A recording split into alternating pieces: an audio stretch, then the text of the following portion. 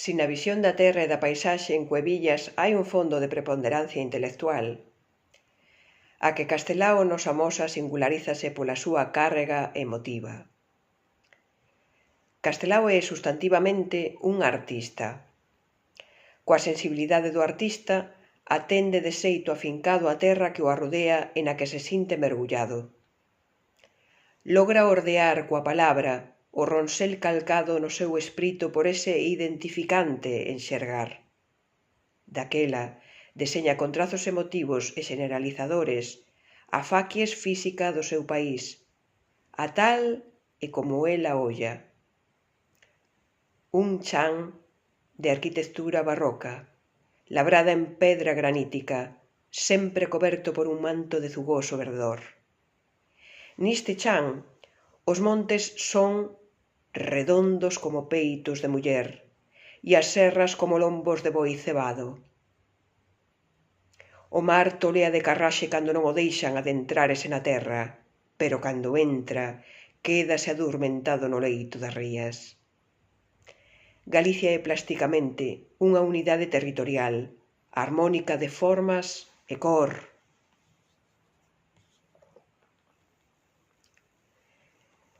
Mais en Castelao trascende e decote un sentimento case panteísta da paisaxe, un ancello de mística fusión coa terra.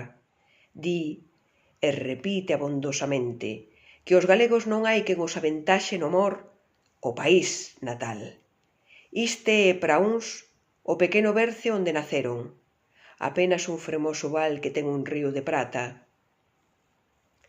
Unhas casas que fumegan, un campanario lanzal e un camposanto no que durmen os seus avós. Alí abriron os ollos e alí queren morrer. Para outros, a terra é tan grande que somente alcanzan a vela no mapa de Fontán. Alí hai unha inmensidade de vales, con aldeas, vilas e cidades. Alí viven do traballo, sufrindo injusticias, máis de 2 millóns de labregos e de mariñeiros. A querencia que Castelao sinte pola terra natal ven expresada unha chea de veces na súa obra. Pero é quizabes, no seguinte anaco, onde deixa manifesto con máis intensidade o seu místico amor ao torrón galego.